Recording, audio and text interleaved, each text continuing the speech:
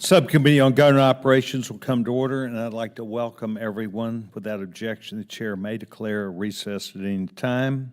I recognize myself for the purpose of making an opening statement. Before we go too far, we are being visited today by an honorable, distinguished veteran of the United States military. And as I was describing to a Marine, a gentleman who served our country as a Marine, I said, well, this guy, General Al Zapata, retired two-star Special Forces, United States Army, and he said, yeah, the Army's kind of like the armed services. So, General Zapata, if you'd please stand up and be recognized for your service, thank you very much.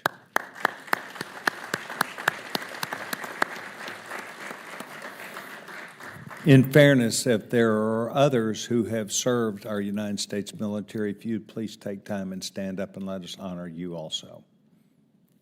I guess that's me. That would be the great Bill Womack, United States Marine Corps. Today's hearing regards the Postal Service's response to mail theft and crime. Just took a few minutes and met again, our guests who are here today to provide us leading-edge ideas about exactly that issue. The Postal Service is charged with delivering mail to every address in our nation 6 days a week. Within that system, there are numerous points where bad actors attempt to steal mail and harm people who work for the United States Postal Service and others. It's common for myself and other members of Congress to hear about mail theft from our constituents. In fact, we hear things most days, one way or another, about frustrations that is related to mail security. The Postal Inspection Service, the Postal Service law enforcement arm, is responding by creating a strategy called Project Safe Delivery to combat mail theft. While progress has been made, Congress has certainly been informed that criminals have increasingly begun to target letter carriers also. There's been an 845% increase in letter carrier robberies from 2019 to 2023. As such, this subcommittee on government operations is a part of trying to make sure we are staying on top of this issue and to advise our colleagues. Congress needs to ensure that the Postal Service is responding to these threats and keeping not just letter carriers safe, but the entire United States postal system. Mail theft creates distrust in the system, and we need to make sure that more people have not just confidence, but that fewer people are taken advantage of. For this reason, addressing mail theft and related crime is a key to supporting the United States Postal Service in its goal to become self-sufficient. I look forward to a robust discussion. We believed, and Mr. Mfume believed, that this was timely some months ago. We've chosen today, well before the Thanksgiving and Christmas season, but certainly in time to make sure that we hear from each of you about this, and I'm delighted that you are here today. One thing that you will learn today that you may not know, and that is the Government Operations Subcommittee and Government Workforce works on a bipartisan basis.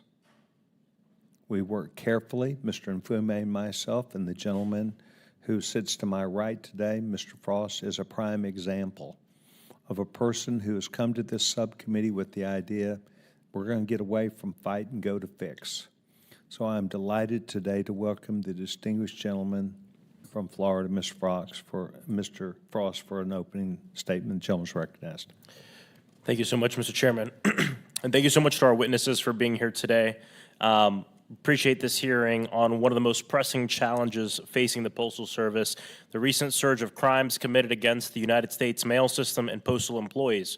Postal crimes threaten the safety of our letter carriers and disrupt the lives of millions of Americans who depend on reliable and secure mail delivery.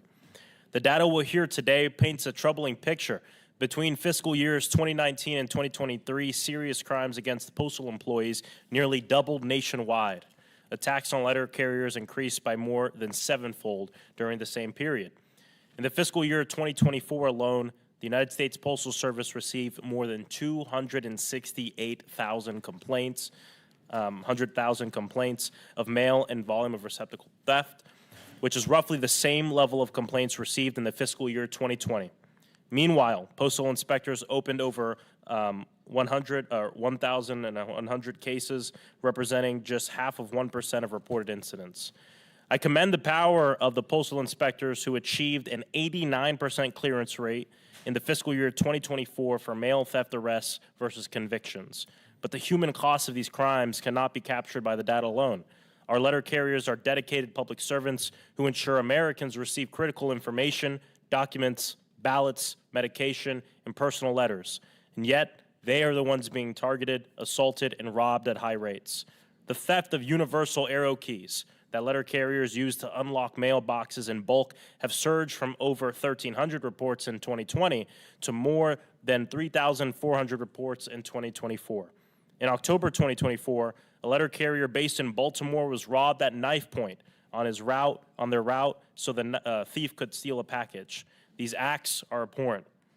Mail fraud is another disturbingly yet sadly prevalent part of postal-related crimes. In 2023, check fraud schemes involving the Postal Service resulted in an estimate 688 million in losses. In March 2025, a U.S. district judge sentenced a man in Baltimore for exploiting the Postal Service to engage in elder fraud schemes of more than $700,000. These crimes destroy lives. Unfortunately, independent oversight bodies have found gaps in the Postal Service response to this crime. The Postal Service is working to implement their recommendations, but ongoing independent, nonpartisan oversight is critical to ensure continued transparency and accountability. That is why 2 years into the launch of Project Safe Delivery, our ranking member Mfume, led a letter to request that the GAO conduct a review of implementation and results of the initiative. I look forward to reading those findings. The Postal Service has a constitutional mandate and is the lifeline of millions of Americans, particularly in rural communities and hard-to-reach areas. When thieves target our mail system, they attack the foundation of American commerce and communication. It is crucial that the Postal Service has the resources, authority, and strategic direction needed to protect letter carriers, secure the mail, and restore public's trust in the Postal Service. Postal employees deserve a workplace where they can deliver the mail without fear, and the American people deserve a postal system that they can trust. I hope this hearing serves as an important step towards achieving that goal, but we need everyone on board to do so. Thank you, Mr. Chairman. I yield back. Mr. Frost, thank you very much. I appreciate not just your comments, but your highlighting, once again, the importance of today's hearing. I'm pleased to welcome our witnesses for today. Brandon Donahue is an inspector in charge of the United States Postal Inspection Service. Julius Rothstein is Deputy Inspector General at the U.S. Postal Service of Inspector General. Brian Renfro is the President of the National Association of Letter Carriers. Frank Albarago is the President of the Postal Police Officers Association. And then we have Chief Anthony Holloway, Chief of Police of St. Petersburg, Florida, Police Department. I am delighted that each of you are here today, and while I had an opportunity to come down and welcome you, I think that the role that you're going to play today will be instrumental to every single member of Congress. At this time, I'd like to have each of our witnesses stand for the administration of oath to witness. Pursuant to Committee Rule 9G, the witnesses will please stand and raise their right hand. Do you solemnly swear or affirm that the testimony that you are about to give is the truth, the whole truth, and nothing but the truth, so help you God? Let the record reflect that the witnesses have all answered in the affirmative, and we would like to thank you very much, and please take your seat. We appreciate your time, your professionalism, and your conduct today to lead this subcommittee towards better answers, not just to understand the facts of the case that we've talked about, but also your professional witness testimony today. Please know that while we ask that you limit your oral statements to 5 minutes, I'd like for you to make sure you make your point. I don't want you to stop in the middle of a sentence. I want you to finish what you're trying to do. Likewise, each of the members here will afford you that same privilege as they're talking with you. We want to make sure that you have come here for a reason and that we understand what that is. As a reminder, you'll notice that in front of you there's a button on the microphone in front of you. Please do, at the time you are asked or recognized, that you push that button so that the members can hear you. And when you begin to speak, you will see a green light. And then after 4 minutes, the light will turn yellow, and then the red light comes on. At that, I ask that you prepare yourself to finish your feedback to us. I now recognize the distinguished gentleman, Mr. Donahue, for his opening statement, and welcome. Good afternoon, Chairman Sessions, Ranking Member Mafume, and members of the committee.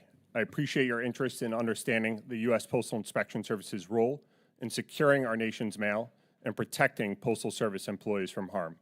My name is Brendan Donahue, and I'm an inspector in charge for the Postal Inspection Service, the law enforcement, crime prevention, and security arm of the United States Postal Service. In my role, I provide executive leadership for domestic, global, and national security. I have proudly served as a postal inspector and a postal employee since 2012, and I was previously a uniformed police officer in Massachusetts. I want to specifically talk about mail theft and letter carrier robberies with you today and the steps that we have taken to mitigate those crimes. Beginning around 2020 and continuing to around 2023, the Postal Service experienced a significant increase in theft from mail receptacles, primarily driven by financial crimes like check fraud. The significant rise in mail theft and associated financial crimes has been driven by highly organized criminal groups who shifted their focus from high-risk, high-reward crimes toward the perpetration of low-risk, high-reward financial crimes. Although there is no single cause for this shift, it is likely due in part first to mass pandemic relief fraud perpetrated during the COVID-19 pandemic. Second, to the proliferation of cyber-enabled techniques that facilitate the perpetration of financial crime. And third, a lax prosecutorial and sentencing climate for property and financial crimes in some U.S. jurisdictions. Prior to 2020, mail theft from mail receptacles, such as blue collection boxes, was primarily perpetrated through forced entry or using phishing devices. We countered that with physical security enhancements to mail receptacles. During the same period these physical security enhancements were implemented, and corresponding with a significant rise in mail theft, the Postal Service began to experience a marked increase in letter carrier robberies.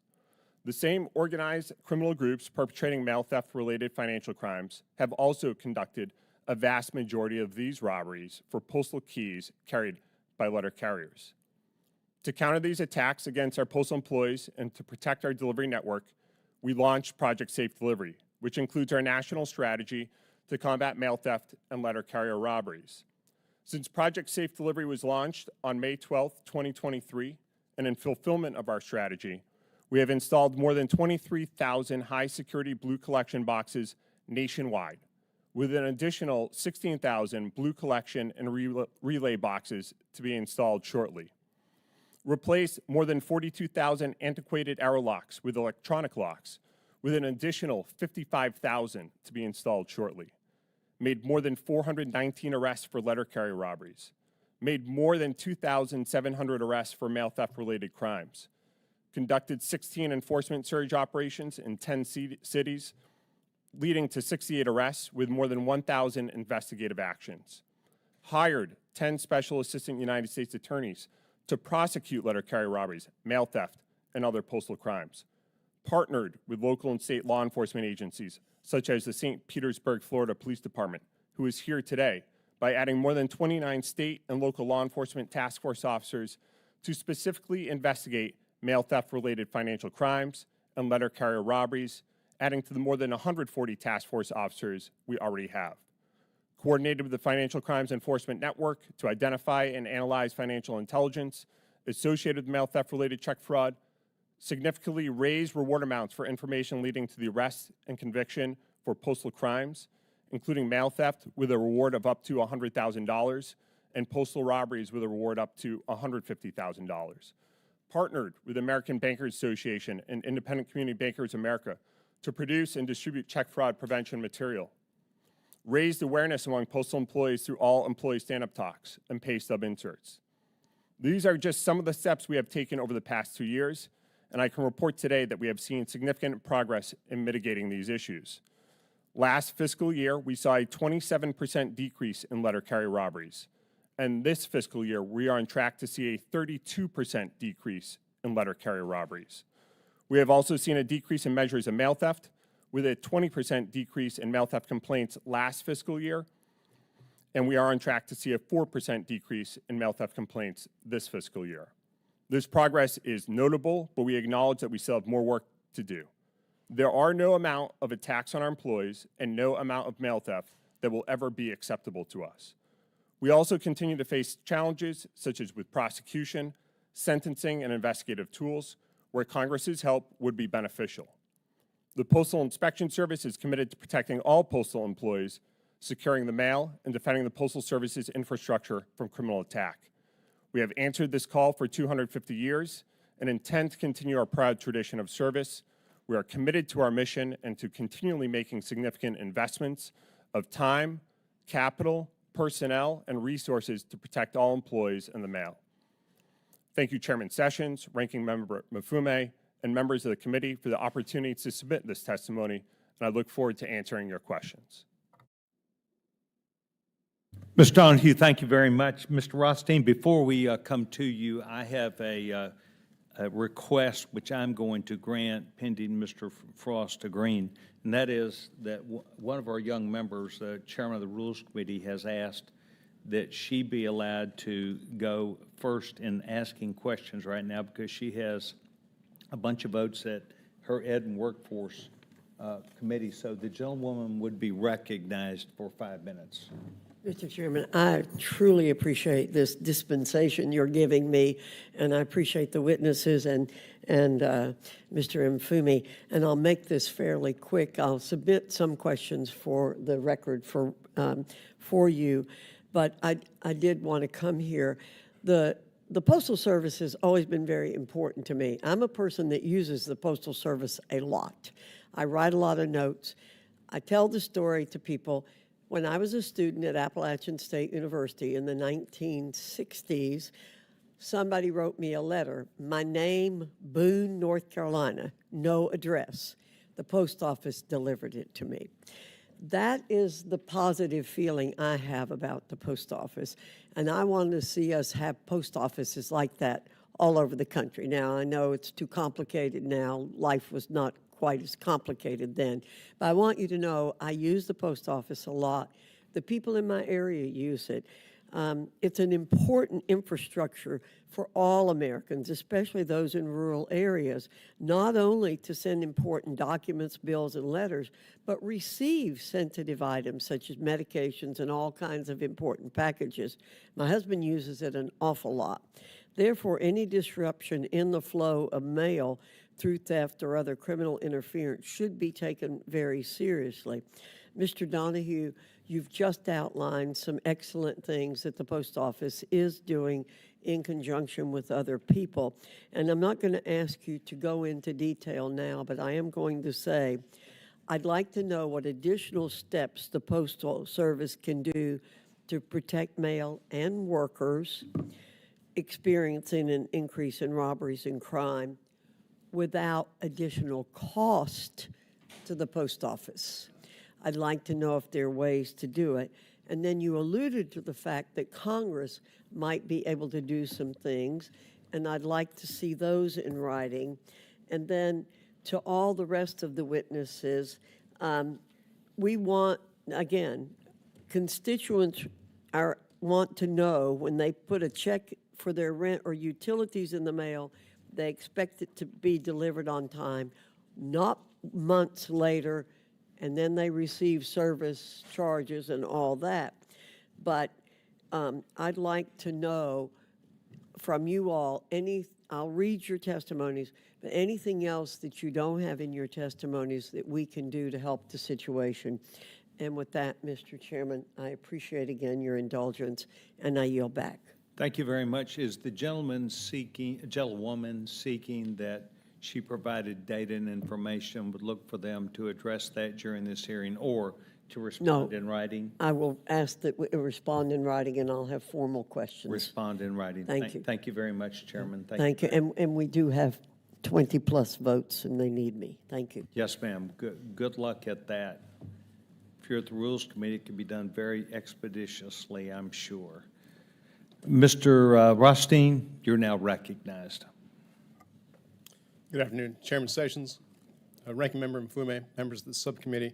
My name is Julius Rothstein. I'm a Deputy Inspector General for the United States Postal Service Office of Inspector General. I was an organized crime prosecutor for close to 30 years, and prior to coming to the OIG, I led DOJ's largest crime intelligence fusion center. I appreciate the opportunity to discuss the OIG's work on mail theft today. The OIG's mission is promoting the integrity and accountability and efficiency of the U.S. Postal Service and its regulator. We have oversight responsibility for an agency of close to 640,000 with an annual revenue of $80 billion per year. We also are one of the most active OIGs when it comes to closing cases and securing convictions. A significant focus of the oversight work that we do involves mail theft. It involves both our investigations and our audits. And while sometimes mail theft is a singular act done by an individual, it is often a comprehensive, complex, coordinated effort between a postal employee and outside criminal organizations. As a result, we work in close cooperation with other law enforcement agencies to disrupt and dismantle all elements of this criminal network. Given the volume and complexity of these cases, we must leverage cutting-edge technology and data analytics that allow us to efficiently focus our limited resources. One example is a powerful data tool that we developed in collaboration with the financial services industry and also the U.S. Department of the Treasury. It helps us pinpoint exactly where in the postal system stolen checks and credit cards go missing. This tool has proven to be invaluable in allowing us to proactively identify mail theft. To date, this tool has identified around $250 million in stolen financial instruments, leading us to open 75 investigations and obtaining more than 35 indictments. Our data analytics support both our audits and our investigations into mail theft. Recently, we used data analytics and audits in targeted hotspots around the country where we saw mail theft increase. We also examined the Postal Service's response to mitigating mail theft, and although we found some positive steps were taken toward that end, there remain opportunities for improvement. These run the gamut from low-tech to high-tech solutions, and they include better management and tracking of universal arrow keys, timely implementation of new technology, enhanced security and maintenance of mailboxes, and improved security management at postal facilities as simply as disallowing use of backpacks on the workroom floor. Analytics support is crucial for our investigations so we may focus on stopping large-scale mail theft schemes where criminal organizations recruit postal employees often through encrypted messaging apps or social media platforms with the promise of a quick and easy buck. These employees who have access to the mail allow them to steal letters containing checks, credit cards, and other financial instruments. Criminal groups then use these items to steal identities, commit forgery and fraud, or sell them usually on social media platforms. In one recent case in Alabama, we caught a couple of postal employees who were recruited to steal checks and mails directed at local businesses. Co-conspirators would then alter these stolen checks for a higher amount and then sell them on encrypted messaging apps. This group stole more than $17 million from over 1,600 victims. As a result of our efforts, one of the postal employees was convicted and sentenced to 5 years in prison, and another main co-conspirator received a sentence of 8 years. Sometimes, a single hotline complaint from one of your constituents is all we need to open up a larger investigation. A recent Washington, D.C. area case started with that, a single hotline complaint about a stolen credit card. Through detailed analysis, we discovered that this was a part of a larger overall criminal scheme and linked it to other law enforcement investigations in the area. In collaboration with the Postal Inspection Service, as well as the Montgomery County Police in Maryland, we identified a postal worker and external collaborator who stole more than 2,000 checks worth a total estimated loss of $2.8 million. In another case, our special agents uncovered a large digital marketplace that sold stolen checks, which also included U.S. Treasury checks. This led to a joint federal and local law enforcement investigation in North Carolina, and we found a postal employee and co-conspirators had stolen checks and sold them on this digital marketplace, costing victims close to $24 million. This case also inspired us to develop an analytics tool that leverages AI to automate our ability to identify and analyze suspected stolen checks. Our agents can now search for these checks in far less time, making them more effective and efficient. This is just a small sample of the work that we do that protects the Postal Service, its employees, and the American public. Thank you again for allowing me the opportunity to talk about our work, and I look forward to answering any of your questions. Ms. Rothstein, thank you very much. The gentleman, Mr. Renfro, is now recognized. Thank you, Mr. Chairman and Ranking Member Mfume, for the opportunity to testify on this issue that is critically important to the nation's 200,000 active letter carriers. The safety, health, and well-being of the public servants that I am privileged to represent are, of course, a top priority for me. They should be a top priority for all of us. If we want to protect America's mail, we have to first protect the people who deliver it. Congress has an opportunity to do that by passing the bipartisan Protect Our Letter Carriers Act, which is a comprehensive solution that would deter crime against postal employees, hold those who commit them accountable, and keep letter carriers and America's mail safer. When I started as a letter carrier in Hattiesburg, Mississippi 21 years ago, violent crime was rare. Unfortunately, that's no longer the reality, as we've heard earlier in this hearing. Since 2022, 5 letter carriers have been murdered while doing their jobs. Thousands of other postal employees have been violently attacked. Nearly every single day, I learn of another heartbreaking attack against one of our members. And we refuse to accept that this is a new normal. It's dangerous for us, it's dangerous for the American people, it's dangerous for the mail. Just last week, new Postmaster General David Steiner started his new appointment. He and other leaders at the Postal Service take this issue seriously, and they have pursued changes to deter these crimes, such as replacing our old lock and key system for accessing mailboxes. My union supports the agency's Project Safe Delivery initiative, and we applaud the hard work of the Postal Inspection Service, which is made up of dedicated public servants, just like the letter carriers that I represent. But the simple fact is, despite their best efforts, the scope of this problem has severely outgrown their capacity to protect us. And we need protection now. We cannot wait for another letter carrier to be murdered. We cannot wait for more violent federal crimes against these civil servants that serve the American people every single day to decide that it's finally time for legislative action. The time is now. Even as these assaults continue to surge, the number of arrests and convictions remain alarmingly low. In recent years, less than half of these crimes have been followed by an arrest, and less than a quarter of these investigations led to convictions. So the majority of those who violently rob and assault the public servants in uniform are getting away with it with no consequences. Regardless of the administration in the White House, at any point in time, the Department of Justice must prosecute these violent federal crimes. Unlike many topics in this town, this is not a partisan or political issue. This is not a finger-pointing exercise. It is not a blame game. It's a problem that everyone should recognize and be 100% behind addressing. No one wants violent crime in their neighborhood, especially crimes that target public servants and jeopardize the security of people's mail and packages. You know, everyone in this building that's privileged to serve after being elected as a member of Congress is a public servant. All of the witnesses here on this panel today are public servants, as are many others in this room. And a primary duty of any employer, but especially the government of the United States of America, should be to ensure the safety of its employees.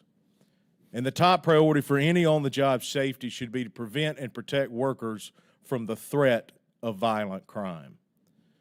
Americans depend on us. They trust us. We proudly serve them every day by delivering mail and packages, as well as being important parts of our communities in a number of other ways. And letter carriers want nothing more than to serve our people. But we must be protected. And the people that commit these crimes, they must be arrested, prosecuted, convicted, and sentenced. I urge you to pass the bipartisan Protect Our Letter Carriers Act. Thank you once again for the invitation to testify, and I look forward to answering any questions that you may have. Mr. Renfro, thank you very much. Mr. Alvaro, you're now recognized for your opening statement. Gentleman's recognized. Good afternoon, Chairman Sessions, Ranking Member Muffume, and members of the subcommittee. Thank you for the opportunity to speak today. It is difficult to overstate how senseless and, quite frankly, indefensible the current posture of the Postal Inspection Service has become. We are not talking about abstract policy failures. We are talking about a measurable collapse in institutional responsibility happening in real time with real victims. In 2010, there were just over 2,200 high-volume mail theft attacks. By 2023, that number skyrocketed to over 49,000, a 2,000% explosion. And yet, throughout this period, the Inspection Service denied there was a crisis, suppressed internal data, and removed its own uniformed police from the streets. This isn't about lost birthday cards anymore. We've entered an era of organized postal crime. Earlier this year, the FBI warned Americans not to mail checks, a public vote of no confidence from one federal agency to another. And at a time when law enforcement agencies across the country were expanding uniform patrols, the Inspection Service did the opposite. In 2020, it benched its own federal police force. Even worse, it publicly declared that it had comprehensively curtailed postal police patrols, effectively inviting postal crime. Instead of prevention, the Inspection Service has become reactive, conducting investigations only after the damage is done. But you cannot stop crime with a case file. You stop it with visible police presence. That's what the Postal Police Force did for 50 years. That's what we're still trained and equipped to do. And if anyone says otherwise, they're not being truthful. The Inspection Service's own data confirm that postal police officers are the agency's most effective tool to stop street-level postal crime. I provided the subcommittee with that data, showing sharp declines in mail theft and robberies whenever and wherever postal police are deployed. Now contrast that to Project Safe Delivery, essentially a PR campaign long on talking points and short on deterrence.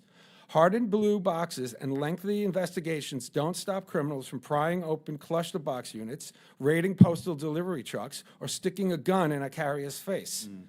Meanwhile, both the GAO and the OIG have reached the same conclusion. The Inspection Service has no method to determine staffing needs, no performance metrics, and no strategy for prevention.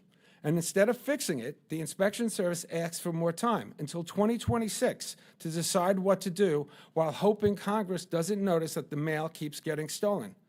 But the solution already exists, the Postal Police Force. Specifically, H.R. 2095, the Postal Police Reform Act, a bipartisan bill that restores postal police authority to patrol high-risk areas beyond postal property, where PPOs are needed most. This no-cost legislation is endorsed by the National Association of Police Organizations, the Fraternal Order of Police, and the Federal Law Enforcement Officers Association. But instead of reinvesting in uniform deterrence, the Inspection Service is quietly dismantling it through attrition and chronic underhiring to pay for investigative functions that often duplicate the efforts of the FBI, DHS, and others. If the Inspection Service truly wants to save money, it should cut unnecessary inspector investigations, not highly effective postal police patrols. But it won't, because the decisions are being made by postal inspectors for postal inspectors. Since 2016, the Postal Police Force has been decimated by over 33%. Today, PPOs are being quietly phased out, and yet the number of postal inspectors remains fixed at about 1,300. For every inspector hired, the Postal Service could have hired 2 PPOs at less cost. Still, the inspection service insists that this is a job for postal inspectors. But here is what the Department of Justice told the Ninth Circuit. The overwhelming majority of postal inspectors' time is spent working at a desk or in an office setting. That's the DOJ. Not patrolling, not intervening, and often claiming credit for arrests made by local police, padding performance metrics without ever leaving their cubicles. That's not law enforcement, that's bureaucracy. We know what works: uniform deterrence, geographic targeting, and data-driven patrols, not drawn-out, costly investigations that rarely lead to arrests or convictions. PPOs are already trained, already deployed to the highest risk zip codes, and already on the payroll, but banned by policy from stepping off postal property. That's not law enforcement, that's policy failure. Thank you, and I welcome your questions. Mr. Albergo, thank you very much. Chief Holloway, welcome. The gentleman's recognized. Thank you, sir. Chairman Session, Ranking Member Mafune, members of the committee. My name is Anthony Holloway. I'm the Chief of Police with the St. Petersburg Police Department with over 39 years of law enforcement experience, 10 years as the police chief with the St. Petersburg Police Department. Prior to that, Clearwater and Somerville, Massachusetts. The city of St. Petersburg is the fifth largest city in Florida with a population over 266,000. The St. Petersburg Police Department has sustained a 2-decade collaboration with United States Postal Inspection Services, initially through our K-9 task force embedded in the Drug Interdiction Unit. In July of 2023, this partnership expanded when United States Postal Inspection Service Tampa Division invited the St. Petersburg Police Department to join its newly formed Financial Crime Task Force to combat the surge in check fraud linked to stolen mail. Detective Daniel Neton was selected on August the 23rd to join this task force as the task force officers to initial upon the completion of United States Postal Inspection Service Task Officer Training Program on February 20th, 2024. Assuming full-time ability to investigate crimes. The detective was assigned to investigate check fraud investigations stemming from intercepted United States postal mail, as well as theft from postal bicycles, vehicles, and facilities within the city limits of St. Petersburg, and any federal crimes across the Tampa Bay area. In June of 2024, his work led to arrest of 2 separate suspects, one who's facing pending federal charges, and this enforcement activity corresponds with the nearly decrease of 50% reduction in reported check fraud crime to the city of St. Petersburg Police Department. In June of 2023 through June of 2024, we had 256 cases. In June of 2024 through June of 2025, we only had 134 cases. In late 2024, the detective spearheaded an investigation into the alleged election mail theft, an inquiry that elevated to the DOJ Public Integrity Unit in Washington, D.C. Federal prosecutors resulted in additional arrests and pending federal charges. With this task officers assigned to this task force, it has taken down the barriers where it allows the officers to work outside the jurisdiction of St. Petersburg, Florida, where the mail is stolen in the city of St. Petersburg, and then the suspect then goes to either another city or another county and then commits the fraud. Prior to this task force, the officers could only take a report number and we could not investigate those crimes. Now, due to the joining this task force, these officers can continue to investigate these crimes, bringing closure not only to the residents, but also to the business owner into the city of St. Petersburg, and also allowing let these suspects know that we will follow them no matter where they enter. Our main job in the city of St. Petersburg is to make sure not only our citizens are safe, but also anyone that works, play, and visit in our city. For the detective outstanding work, he received a letter of commendation from Tom Sylvester, issuing a commendation on November the 24th, praising his experience and his valuable role working for the Tampa Financial Task Force in Crime. I want to thank you very much for allowing me here to speak today, and I'll answer any questions. Chief, thank you very much. I will first go to the distinguished gentleman, Mr. Mfume, for any questions. In his 5 minutes, gentleman's recognized. Thank you very much, Mr. Chairman. Without objection, I'm going to yield out of order to Mr. Frost. Thank him also for developing the opening statement, and yield back to you right now.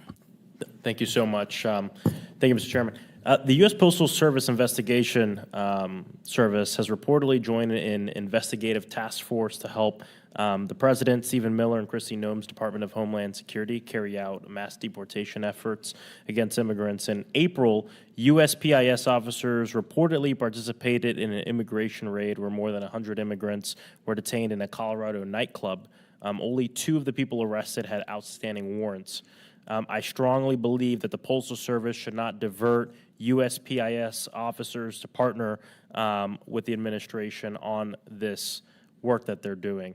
My Democratic colleagues and I on this committee recently sent a letter to both the Postal Service and USPIS demanding transparency on the reported coordination with DHS as it targets people for detention and deportation. We haven't heard back, so hoping to have some questions answered here. Inspector Donahue, how often does the inspection service cooperate with DHS on investigations involving immigration enforcement? So thank you for the question. First, let me clarify, the Postal Inspection Service does not have immigration enforcement authority, and we do not conduct immigration investigations. And I just want to make that very clear. You don't conduct investigations, but do you at some points divert personnel to help with some of that operation? We do not divert personnel. Any participation in any sort of enforcement operation, such as the one that you noted in April, that would be related to a postal crime. So while there may be an immigration operation, our participation, again, related to a postal crime. So for example, somebody mailing drugs, fentanyl through the mail, somebody committing identity theft, somebody engaging in money laundering. That would be the extent of our presence at one of those operations. Are you familiar with that exact situation? What was the postal crime associated that warranted the officers being there? I believe in that specific circumstance, it was a narcotics-related matter. Are there standing meetings between leadership at USPIS and DHS regarding immigration enforcement? So I'm not familiar with any meetings between leadership and DHS on immigration enforcement. We certainly have met with DHS and FBI and other counterparts relative to the Homeland Security task forces, but we regularly participate in those types of task forces, again, specific to postal-related crime. So those involving the sending of drugs through the mail, the money laundering, those targeting cartels, those engaged in human trafficking where the mail may be used to facilitate that, again, such as with money laundering. That would be our extent of participation in those task forces. Again, not related to immigration enforcement. How many USPIS personnel have been assigned to such cases thus far? Can you provide some clarity to me when you say cases where DHS is involved because there's an immigration matter, but there was also some sort of postal issue going on as well? So I'm not sure at this time, but my team behind me can take that question back and we'll provide a written response. Thank you. Are there any ongoing agreements that oblige y'all to cooperate with any of this? I'm not aware of any agreements that are in place that would oblige us to cooperate if you're speaking relative to any sort of immigration matter. What happens to inspectors' regular work of combating mail crime if they're assigned to cases that have to do with immigration enforcement? So I'm not aware of us, again, working any of those cases. We do not have immigration enforcement authority. We do not conduct immigration investigations. Our investigations, again, are focused on those postal crimes. That's where our expertise is, and I expect that is where it will continue to be long into the future. We've seen reports of DHS and ICE that they've reportedly broken the law, violated constitutional rights of citizens, non-citizens, detained veterans, different things like this. As it relates to cases where USPIS officers are engaged with DHS, is there any kind of guidance that you all are giving your inspectors when it comes to working with DHS? So our guidance would be our existing policies that we follow, that the Postal Inspection Service has, that guides the work that we do, in addition to following the law and the Constitution, and what we do every single day with investigations that we conduct, regardless of who those investigations are, whether at the federal, state, or local level. Thank you so much, and look forward to a response on some of the numbers we spoke about. Thank you, Mr. Chairman. I yield back. Gentleman yields back his time. Distinguished gentleman, the young chairman, Mr. Palmer. Thank you, Mr. Chairman. We've seen a spike in mail theft and postal-related crime. Is there a particular reason why we're seeing that? Mr. Donahue?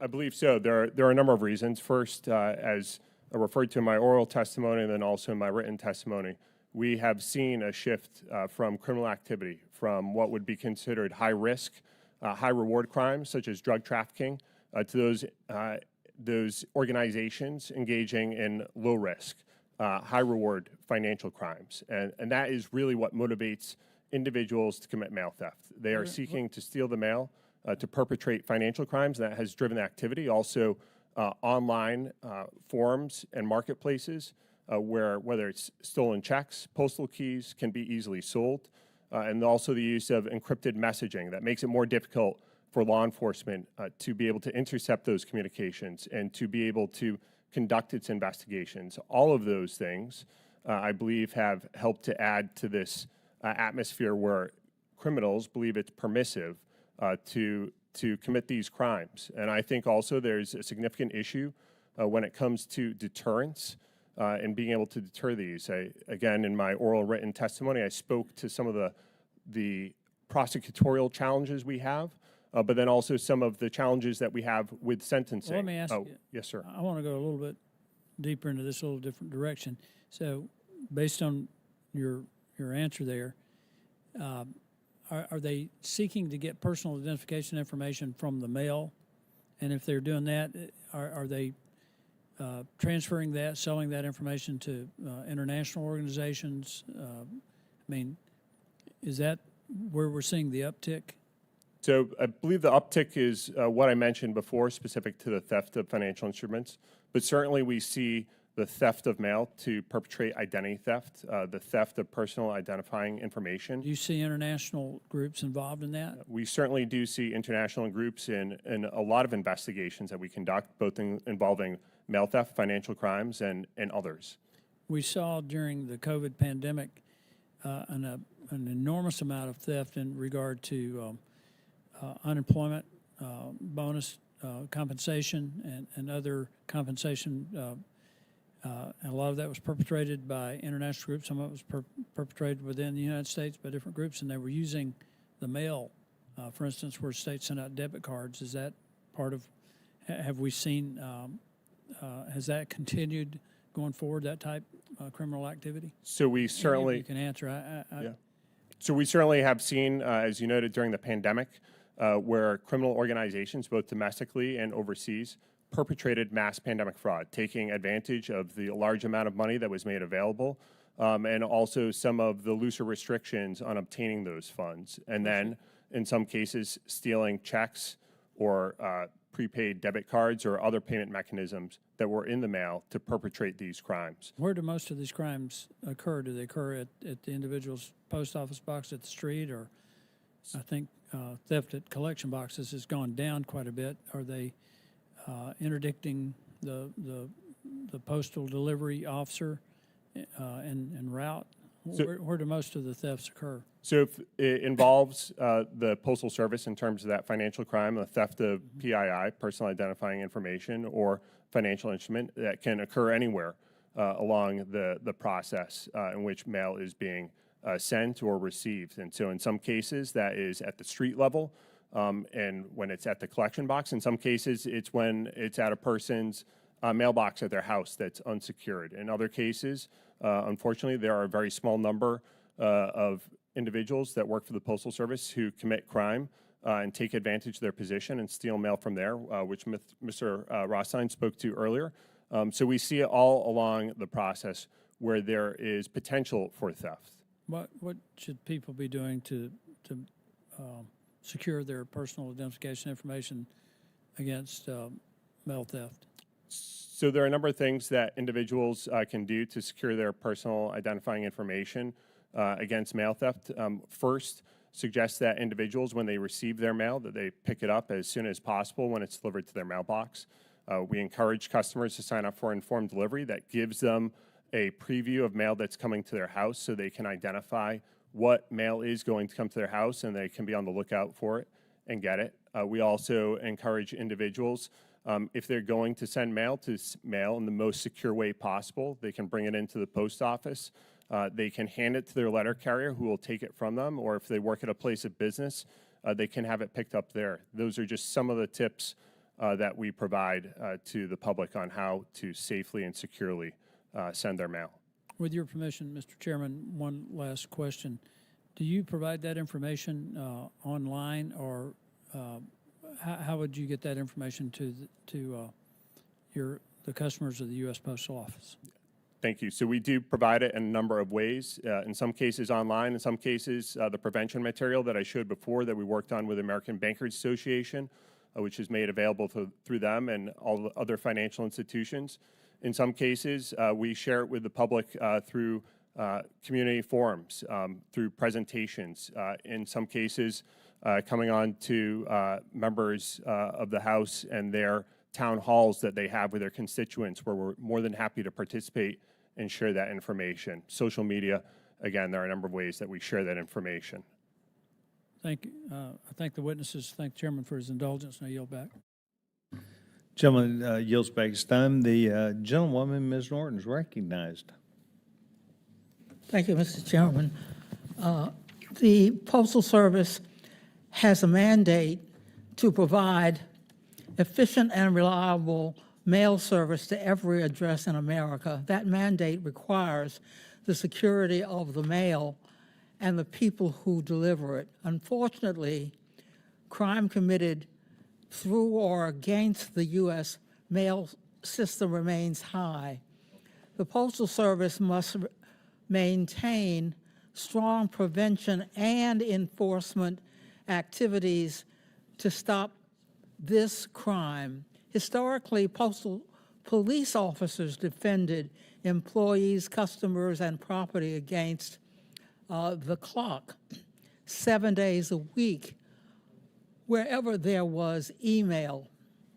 But in 2020, the Postal Service issued a determination that post officers limit their role in postal facilities.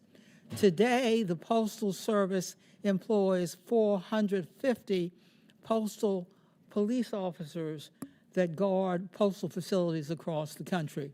Mr. Allegra, what examples of crimes can postal police officers not assist with under this current policy? So under current policy, if a postal police officer is traveling from one post office to another, and we witness mail theft in progress, if we witness a letter carrier being attacked, we are told to stand down. We are told to call 911. In New York, we're prohibited from responding. We cannot respond. They do not want us to respond. Thank you.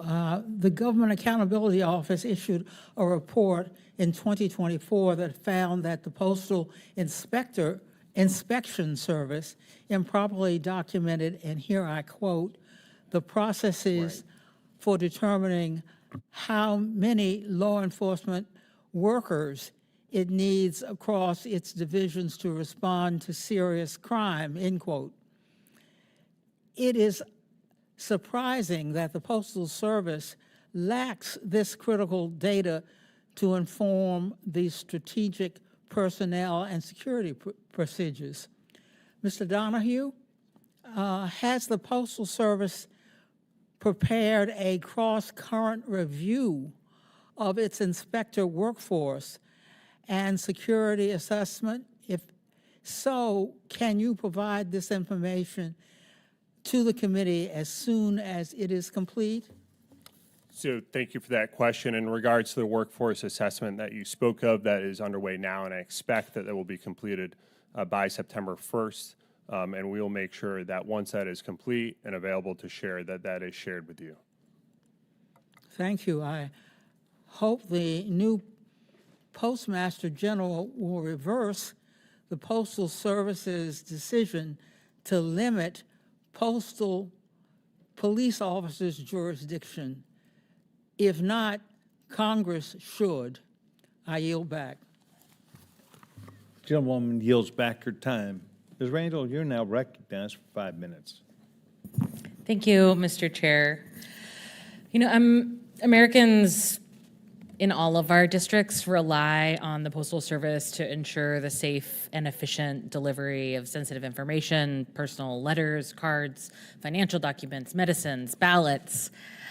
And regardless of where Americans might live, the Postal Service, as we all know, has a legal and universal obligation to, quote, provide prompt, reliable, and efficient services to patrons in all areas and shall render postal services to all communities. Unfortunately for Americans living in rural parts of the country like Queets and Elma and Quilcene and the Key Peninsula in my district, this is a far cry from their lived reality, partly due to postal-related crime. Despite the recent collaborative efforts from the Postal Service and Postal Inspection Services to combat rampant mail theft and crimes targeting letter carriers, postal-related crimes continue to disproportionately impact local rural communities in my home state. In Washington, mail theft has spiked, and more letter carriers are being attacked on the job. Since last December, West Seattle has reported multiple cases of mail stolen directly from delivery trucks. In Spanaway, a carrier was robbed at gunpoint for his Arrow key, which, as you know, is the universal key that unlocks mailboxes and cluster mailboxes. Inspector Donahue and Mr. Rothstein, what are your respective agencies doing to address the violent attacks on carriers in communities like mine and across the country?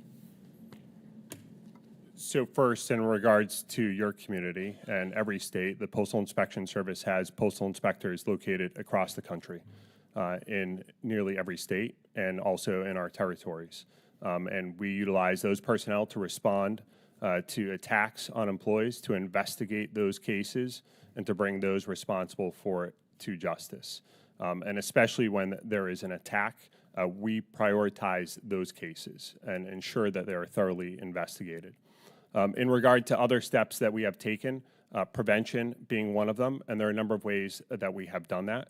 Raising awareness amongst postal employees about steps that they can take to protect themselves, raising awareness amongst the public about steps that they can protect their mail, which may lessen the chances of an attack on an employee depending upon the motive.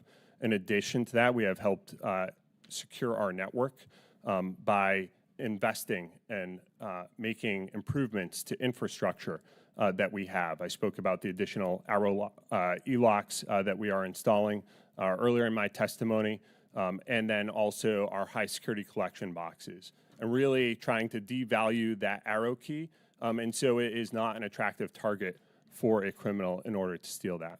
Another way that we have done it is partnering with local and state law enforcement agencies to add task force officers to serve as a force multiplier. You know, some of the biggest challenges that we have with prosecution are in some cases with juveniles. I think, as you know, there is no federal juvenile system, but yet we see juveniles recruited to help perpetrate these crimes. And in some cases, they are committing these violent acts, but the federal system is not appropriate for them. And so our partnership with local state law enforcement agencies allows us to leverage the power of their state authority or local authority that they have to bring charges there. And those are just some of the steps that we've taken. And I'll note we are looking to add additional task force officers, both on financial crimes and our violent crime task force officers, but those that investigate other crimes. And certainly that's available in Washington State and in other states represented by the members here. Yes. I would like to state that, again, the primary responsibility for investigating violent crime against a mail carrier does lie with the inspection service, but we do at the OIG work violent crime cases. Quite frankly, I get an incident report every time that there is violence done within a mail facility or done to one of our carriers, and it gets to my desk. And I hear about that morning when that happens. And although it's not a primary responsibility, our special agents work hand in hand with postal inspectors, just like they do with us during our cases. And especially if it is a violent case where we're asked for assistance, our special agents will roll out there, do surveillance, help with the arrest scene. And if I ever hear that our agents decline an offer to assist with that, I'll make corrective action in that, because that's simply not the way that we roll. It's simply not the partnership that we want to have. Even though we do have oversight of the inspection service, we know that in investigating these cases, especially when dealing with public safety or the safety of postal employees, we're going to be working those cases arm in arm. Thank you so much. Thank you, Mr. Chair. Gentlewoman yields back her time. The gentleman, Mr. Mfume, the ranking member, my dear friend, you're recognized. Thank you very much, Mr. Chairman. I want to thank you for the working partnership that we've had on this committee and the bipartisan manner in which we've tried to deal with a number of different things, not the least of which is our love and respect for the Postal Service and the men and women that make it work day in and day out.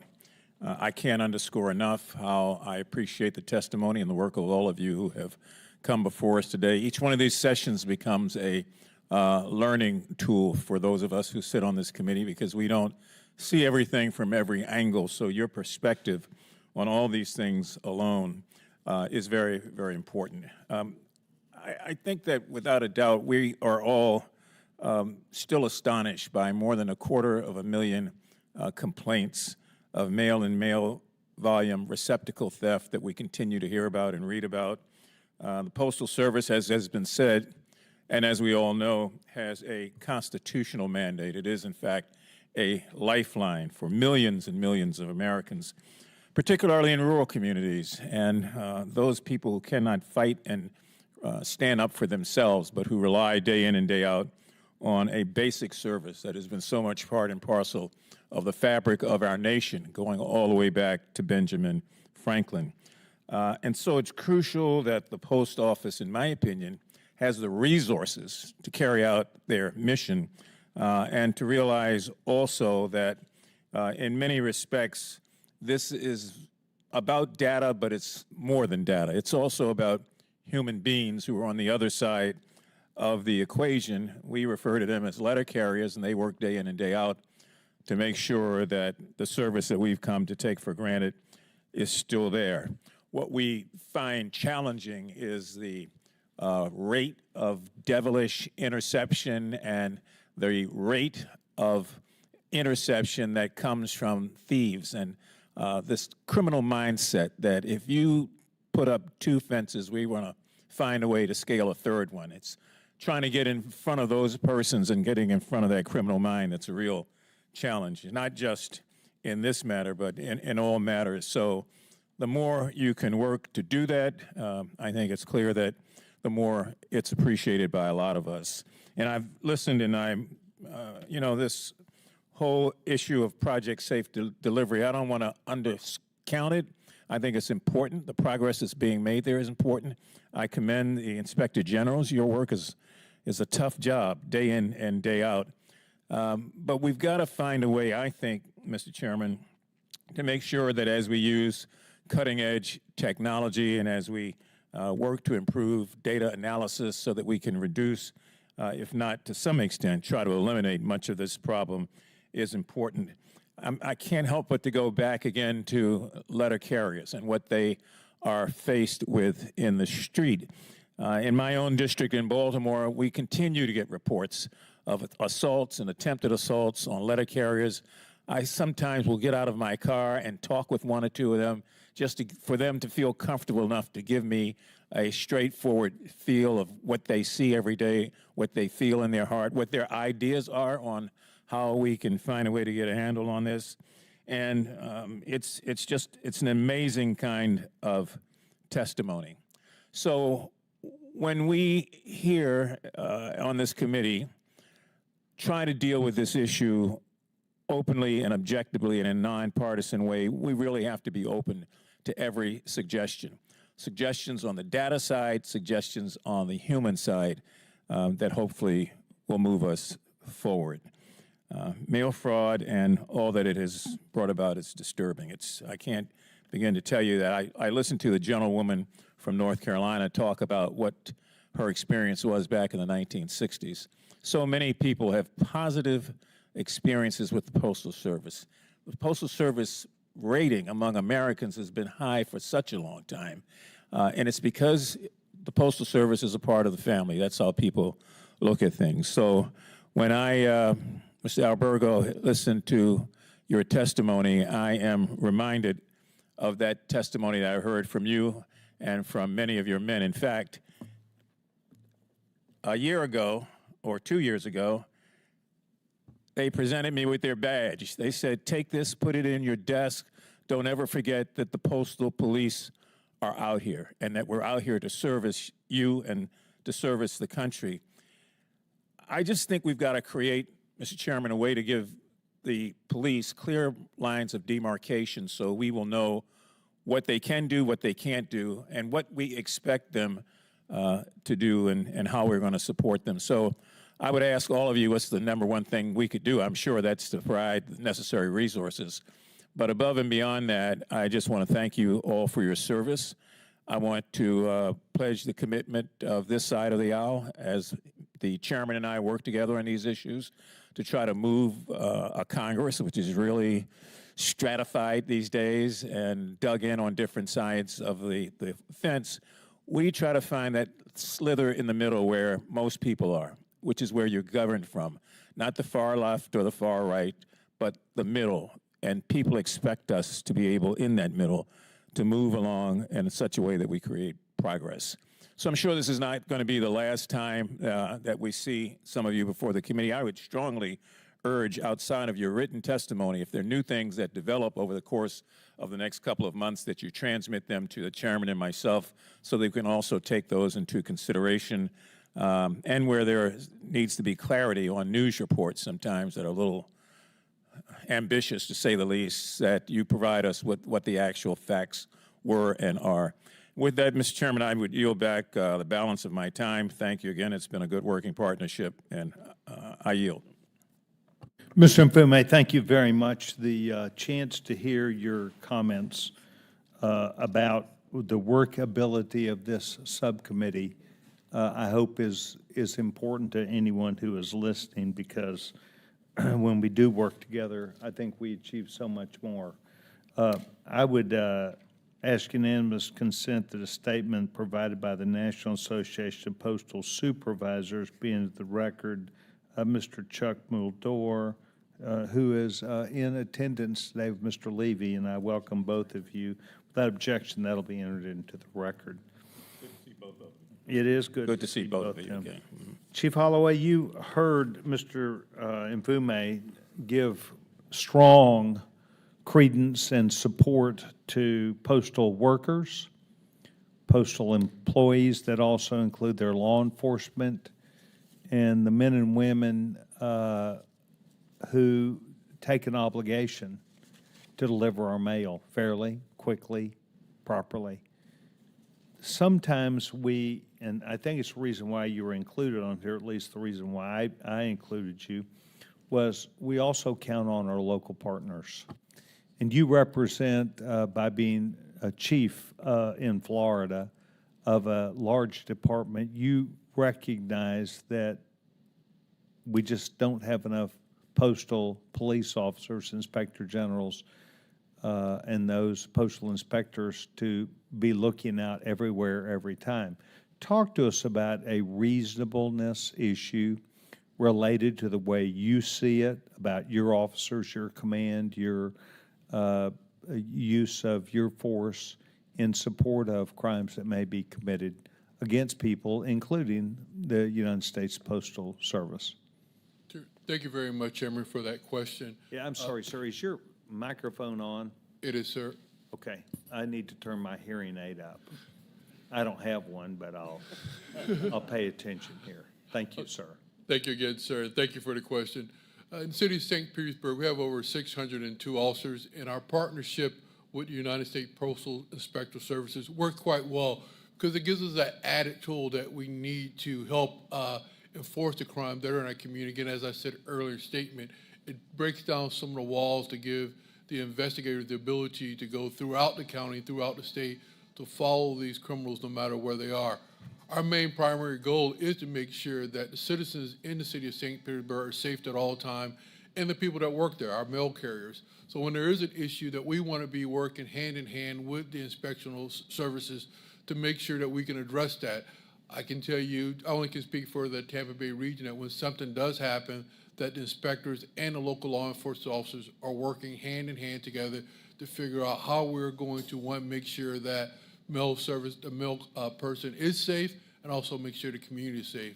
The biggest thing that we see early, like I said earlier, is that the victims, when their checks or when their credit cards are stolen from them, there was no follow-up, because it happens in one jurisdiction and the suspect will go to another jurisdiction, and those two local law enforcement agencies are only going to handle the crime that occurred in their city. Whereas working with our federal partners, it allows us the opportunity to go across those barriers so we can bring not only those suspects into custody, but also to bring these victims what they need, closure, because even though the money is put back into their accounts, they're still a victim of identity theft, and they still have to live through that. So that's our job, is to make sure that we continue to bring closure to those victims, and also make sure we get these suspects in custody. Very nice. So you are stretched also for your resources. I'm very fortunate, Chair, that my mayor, my city council, whatever we need, we're able to get those resources available to us.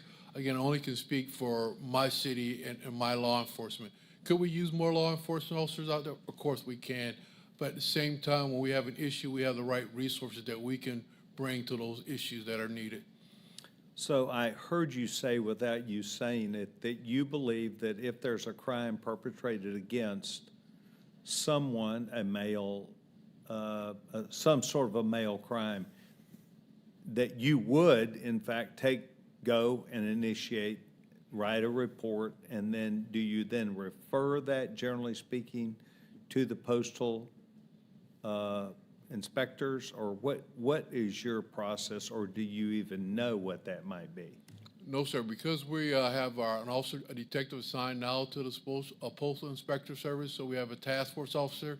So he is available now, and he can investigate those crimes, where before we were part of his task force, it would just sit there, it would just be a report number waiting for someone to look at it. Now with us joining this task force 18 months ago, we're now actively working these cases each and every day. So when a case is reported to the St. Petersburg Police Department, we actively look into it, and we use our partners at the post office to make sure we can continue these investigations. Without putting words into your mouth, because you have this association that is a strong working relationship, is there, generally speaking, a time of the year that you believe your officers would be reminded, and there would be a higher level of understanding to be looking for mail crimes, postal crimes to occur, to where, because you do have that relationship, it helps your officers to spot and solve these matters? It does. By that detective assigned to the task force, when he sees something, he can report it back to our intelligence units, and we can put a bolo out so those zone officers or even our surveillance team will know where to go, so they can provide protection for those mail carriers when we see an issue that we need to address, or that we get information that we're looking for certain suspects, that we can also be able to follow those suspects to make sure there's no harm caused to our mail carriers in the city of St. Petersburg. It is refreshing for me to hear that you care about them as you do any other citizen, and thank you very much. Mr. Rothstein or Mr. Donahue, do you have an understanding about maybe the success that might be turned about, and I'm going to use the wrong term, but there was a term, maybe notice of delivery. I have had that in my mail, or where they notify you of the delivery. Do you perceive that you could use that as a tool where you know you had certain post offices, or where you had certain areas where there were checks that came in, or an abundance of something to where you would then notify. It's easier to find, I assume, also a piece of mail that has been, I'll call it tagged, a notice of delivery. Does that help you in your investigative duties proactively, or can you discuss that viewpoint that I think I've had about maybe this is an important way to help you solve crimes? Yes, Chairman. I believe that INC Donahue talked about the informed delivery system. And again, it's one way that any postal customer can sign up for the Postal Service's informed delivery system that will give them an email to their email of choice of the letters and now even packages that are slated to be delivered to that address. So that customer, that postal customer who's expecting a credit card or expecting a check will have an actual image of that envelope and that mail that is supposed to be delivered for them. And again, this goes into being a good consumer. If you don't receive it, you're given notice that, well, sometimes delays happen. Give it a couple days. If you don't receive it within 3 days, I always say give the OIG a call, right? Because again, if it was on the mailman's part, that is primarily our responsibility to investigate the internal employees if they're involved. Go to our hotline, file a complaint, give our OIG a call, and we do use data for that. I know that the ranking member talked about data and the difference. Yes, there's the difference between victims of violent crime as well as looking at the data. But the data does enlighten and give our agents insight into what's happening. If you're familiar with military threat attack doctrine or cybercrime, there's a term called 0 day, and that is the time of realization of that vulnerability when it's either a cyber attack or a military attack. The 0 day when it comes time to financial crime is the realization that your accounts have been compromised. A check has been stolen, someone has withdrawn amounts or charged to your credit card or created another credit card in your name. That happens, unfortunately, so much later because sometimes consumers are either not very, again, vigilant in checking their credit card statements and check statements, or they're just simply unaware fraud has happened. What the data has done, especially with this data sharing partnership that we have with the Treasury Department and more than a dozen banks in the United States, is that we get this data and we are informed about credit cards and checks that are not delivered in the requisite amount of time. And it allows us sometimes to act even before that fraud is committed or that check is converted or stolen on the, again, encrypted messaging apps. And that's a huge tool in reducing the cost to consumers, huge in reducing the cost to financial institutions, and it gives us a leg up because now we know what financial instrument has been compromised, and we could look through the, again, the platforms that we know are being used for illicit sales and resales of these stolen items that were stolen from the mail. And so it gives law enforcement a leg up. And so when you talk about successes, again, it's one thing to talk about how this is effective. I wouldn't necessarily call it successes right now because we're seeing, again, similar actions like this that we don't have the resources to respond to from last year and projected this year alone. We use data in all these data sources to examine what are the potentially similar different types of cases that we don't have the resources to open. And unfortunately, that number is over 100,000 different cases. And quite frankly, with 450 agents, we're limited in what actions we do take. And so it makes us more effective. But we're far from, I think, seeing the success that the American public really deserves in having their financial instruments, their hard-earned money secured. I think that what you've said is not just a positive attribute of the system, but shows its flexibility with the ability to proactively contact customers to let them know, offer services, and do those things. One of the things which I regularly try and do is I try and give tips or feedback to people, whether it be about Medicare, Medicaid, Social Security. I really need to include something about this informed delivery. And while I've been a part of it in the past, I did not know how I got it. It showed up. I became aware of it. I think it was a positive thing.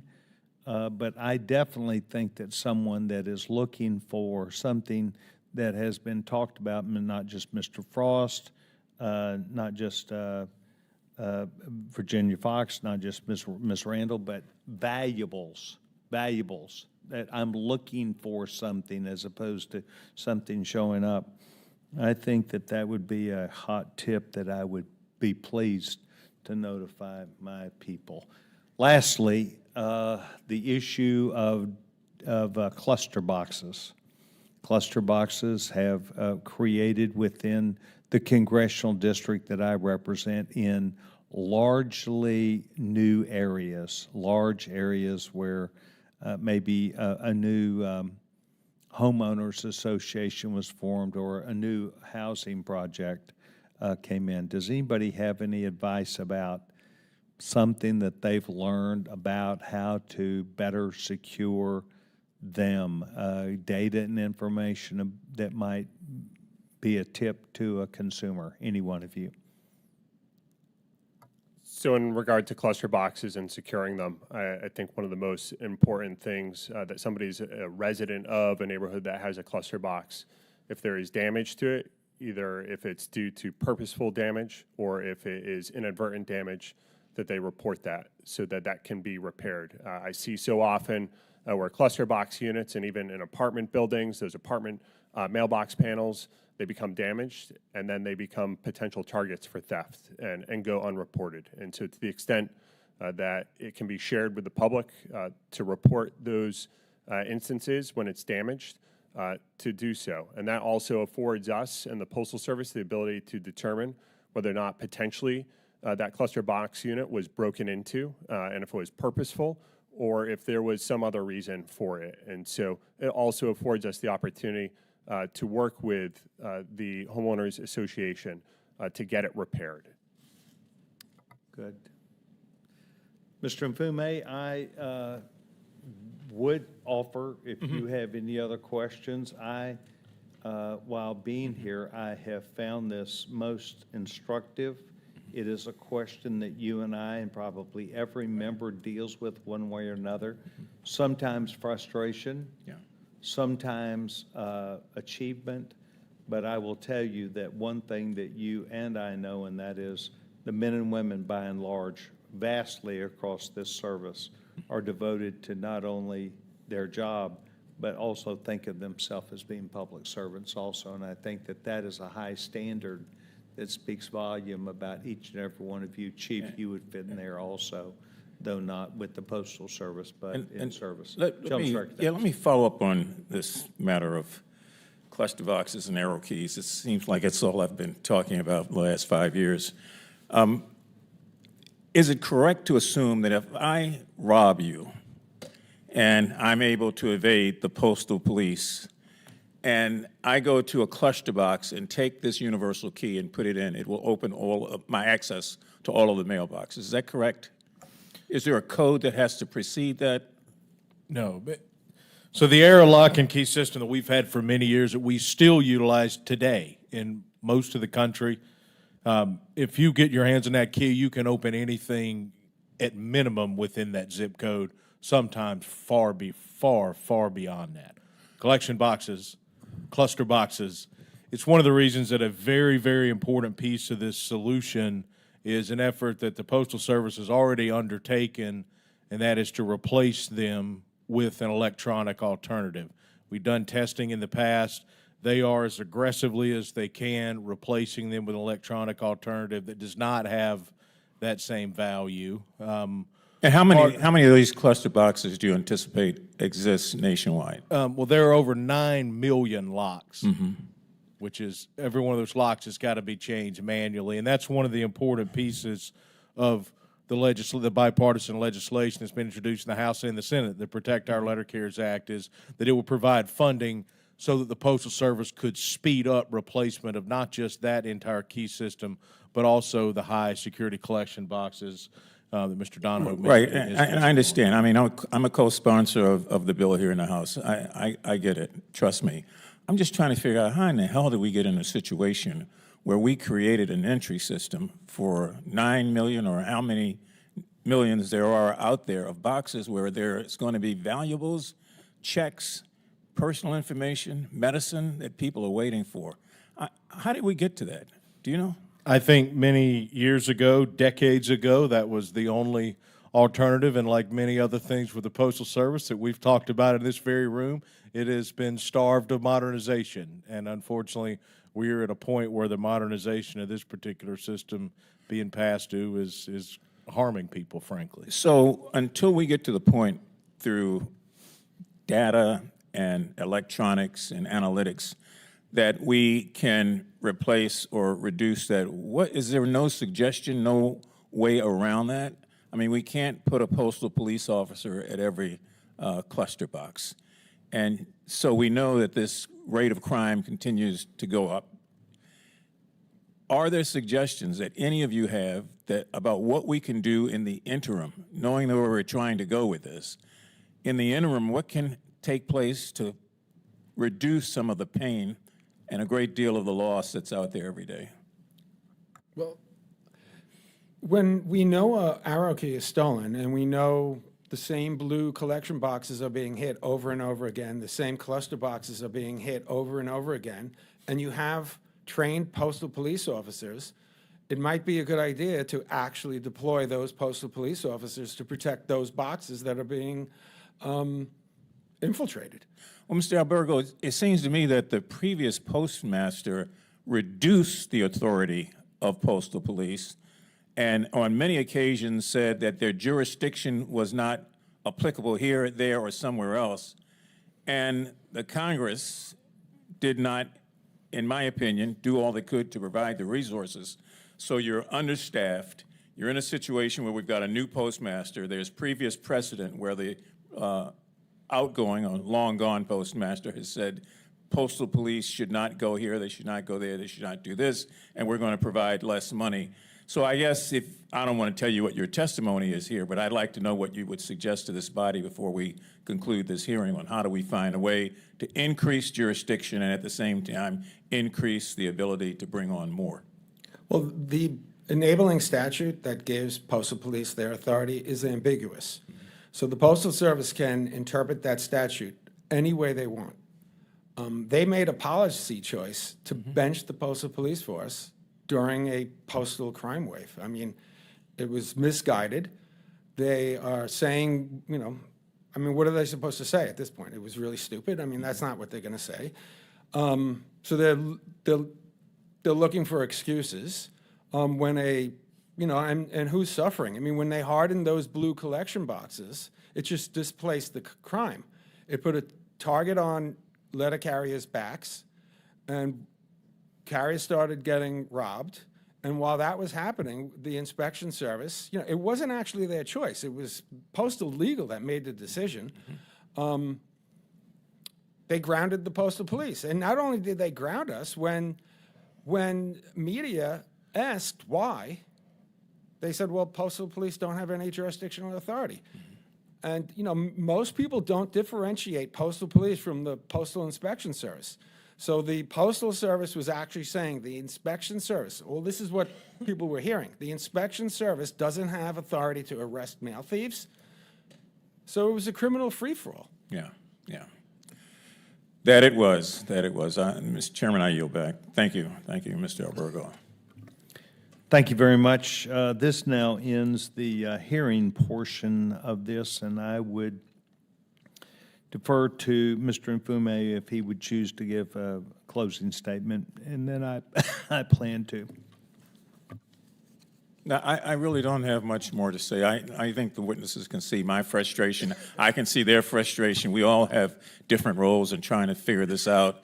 And I think we all feel a great deal of empathy for victims across this country who are expecting medicine or valuables or checks in the mail only to find out that they don't get them. And then, of course, the people who are delivering them are under threat of being robbed, shot, stabbed, or killed.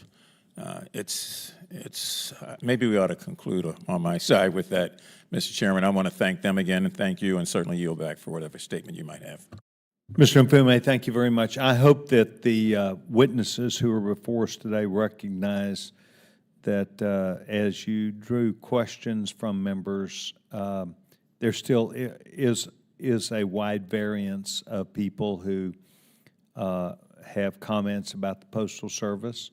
It is my hope that you heard us say today that we have confidence in you, that we do know that the cost of the stamp and the cost of the Postal Service and the work that is being done, the day-to-day work that is done not only by these letter carriers but the mail people is one that goes on and on and on, and they're expected to and do deliver, and many times in overtime and circumstances that are not beautiful. We have circumstances like the floods that we had in Texas, where those rural letter carriers, in most of the instances that I am thinking of now, but also others in the service, where the post office bends over backwards to accommodate communities and people and hold mail and try and do the extra work that it would mean to someone who might be in stress, someone who might be searching to find a loved one who perhaps they cannot find now or have not been found, would recognize the need that family has to gain confidence of getting their mail.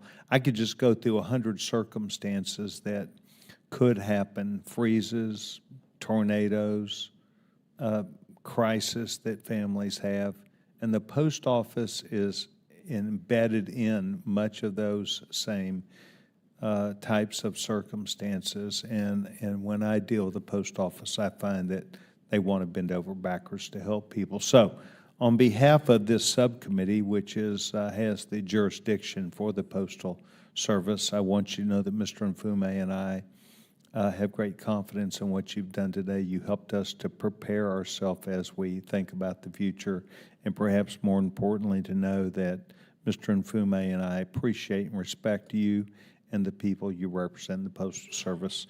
Now we'll move to the end. With that, and without any objection, all members have 5 legislative days within which to submit material and additional written questions for the witnesses, and they will be forwarded to the witnesses from the subcommittee. If there's no further business without objection, the subcommittee stands adjourned.